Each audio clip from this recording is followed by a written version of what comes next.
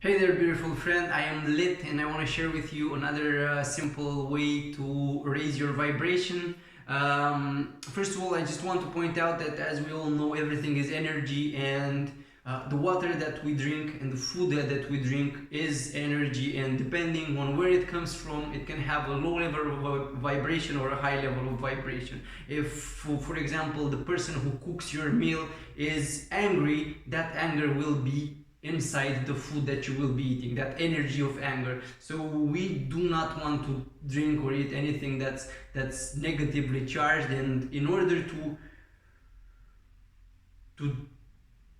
enchant our food, to say so, and water, we're gonna use this affirmation. It's I bless this food with the power of God, and then I offer you, my beautiful body, this gift of love.